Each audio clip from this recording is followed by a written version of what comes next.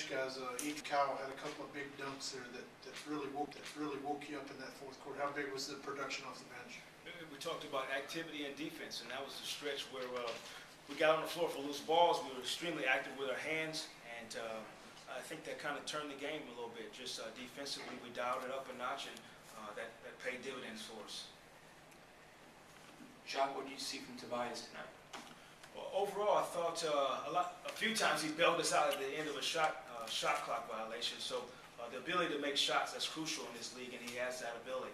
I think especially in the first half, we leaned on him a lot, and he was able to deliver. I think overall his game was pretty efficient tonight. He made shots from different parts of the floor, did a lot of good things. How is Victor looking to you? Is he looking like he's maybe run into some fatigue lately?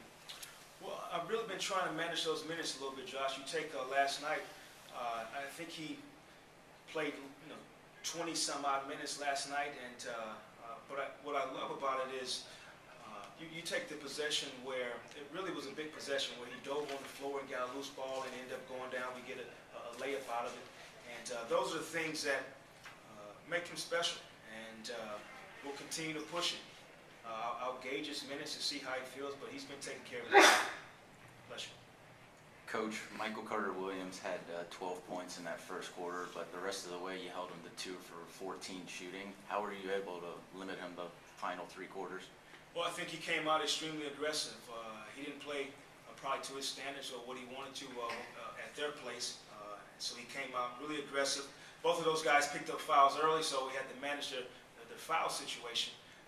And then defensively in the second half, especially in the fourth quarter, I think overall just our ability to guard one-on-one, which I always say is the star of defense, we were able to do that. How was Jameer, and when and how did you learn that he is not feeling his best? When I took him out in Miami, sore calf is a diagnosis, and I took him out in Miami at the end of the game, 3-4 minute mark, that last time out, and he was a little sore then. I talked to him after the game. Then I talked to him after I met with you guys and made the decision that it was best to keep him out tonight. He'll be day-to-day, but the good thing is we have 2 days in between games, so we want to take advantage of that. With both Aaron and Jameer out, and given the advantages that Nick had inside, was there a conscious effort to go away from the three-point shot tonight? No, I'm not sure what we were at halftime, but I don't think we had made a three. I don't believe at halftime. And I think overall, sometimes our threes are manufactured by post-ups because of the double team. We did want to establish Nick in the inside, whether it was to get them to react. They were trying to keep his touches away by fronting him in the post.